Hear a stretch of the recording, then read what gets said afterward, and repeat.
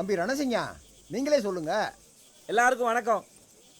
இப்பதான் புனவாசல் மக்களை சந்திச்சு பேசிட்டு வரேன். அதான் அங்க பேசிட்டீல, இப்ப என்ன புதுசா பேச போறிய?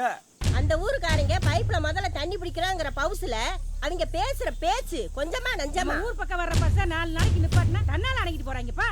நான் அந்த ஊர் காரணம் இல்ல, இந்த ஊர் காரணம் இல்ல, பொதுவா பேச வந்திருக்கேன். அதாவது எப்பயாவது பெய்கிற மழை தண்ணீரை சேமிச்சு வைக்கிறதுக்கும் காவிரி ஆற்றுல வர உபரி நீரையும் 10 வருஷத்துக்கு முன்னாடி கொண்டு வந்த குண்டாறு மலட்டாறு சம்பந்தப்பட்ட மதகு பாசன திட்டத்தை நிறைவேற்ற சொல்லியும் நம்ம பலமுறை மனு கொடுத்துருக்கோம் இல்லையா? அது சம்பந்தமா நம்ம பல அறவழி போராட்டம் நடத்திருக்கோம் இல்லையா?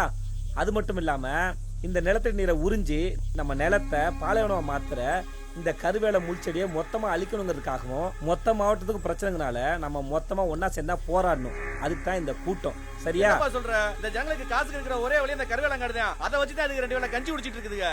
அதையும் அழிச்சிட்டு இந்த ஜனங்களை ராமநாதபுரம் பஸ் ஸ்டாண்ட்ல போய் பிச்சை எடுக்க சொல்றியா? ஏய் பங்காளி, 50 வருஷத்துக்கு முன்னால ஏரியா கருவேல செடி, அது வெளிநாட்டு செடி, விச செடி. அது விச செடியோ வில்லங்கமான செடியோ அது எங்களுக்கு தெரியாது ரணசிங்க. அதுதான் எங்களுக்கு பயிர். அத அழிக்கிறத விட்டு வேற பாகு வழி இருந்தா சொல்லு. ஆத்தா, நீங்க இப்போதைக்கு வாழ்ற நிலைமையை பாக்குறீங்க. ஆனா நாளை பின்ன நம்ம பிள்ளைங்க பொழைக்கணும்னா அதுக்கு இந்த மண்ணு நல்லா இருந்தா தானே முடியும். தண்ணி கிடைச்ச உடனே விவசாயம் பண்றதுக்கு யார் வருஷம் கட்டி நிக்கிறா? படிச்ச எங்களுக்கே அரசாங்கத்துல வேலை கிடைக்க மாட்டேங்குது. அதான் கரண்ட் கம்பெனிக்காரன் வேலை கொடுக்கறான்ல, அப்புறம் எதுக்கு போராட்டம்? இப்போ நம்ம சுத்துப்பட்டு எல்லா ஊர்லயும் படிச்சுட்டு வேலை செஞ்சு சம்பாதிக்க வேண்டியவங்க 2.5 லட்சம் பேருக்கு மேல இருக்காங்க. ஆமா இல்லையா? இந்த கரண்ட் கம்பெனிக்காரன் ஊருக்கு வந்தாங்கன்னா எத்தனை பேருக்கு வேலை கொடுத்துட முடியும்?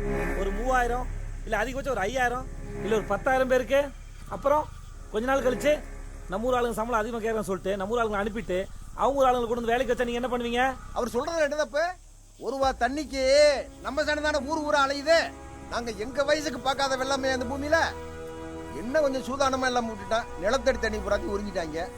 தம்பி ரணசிங்கா, ஐயா, நீங்க இம்பிட்டு தூரம் நேர்ல வந்து கூப்பிடுறதுனால எங்க மேலத்தோட ஆளுக பூரா உங்க போராட்டத்துல வந்து கலந்துக்குருவாங்க. என்னப்பா கலந்துக்கலாம்ல?